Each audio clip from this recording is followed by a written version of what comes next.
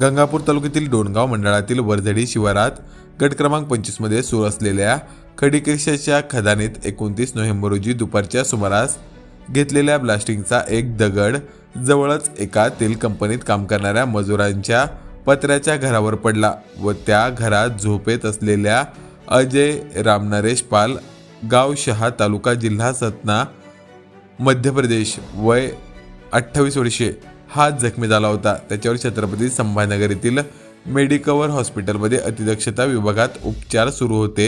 अखेर उपचारादरम्यान 7 डिसेंबर रोजी त्याची मृत्यूशी झुंज अपयशी ठरली व त्याचा मृत्यू झाला। त्याच्या पश्चात 3 मुली, 1 मुलगा, आई, 2 भाऊ असा परिवार आहे।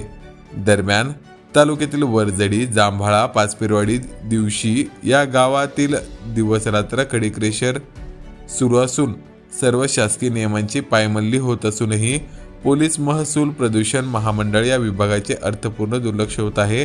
त्यामुळे आता तरी एक जीव गेल्यावर गेंड्याची कातडी पांघरून बसलेले शासकीय विभाग कुंभकर्णी झोपेतून बाहेर येतील का, असा प्रश्न सर्वसामान्य जनतेतून निघत आहे।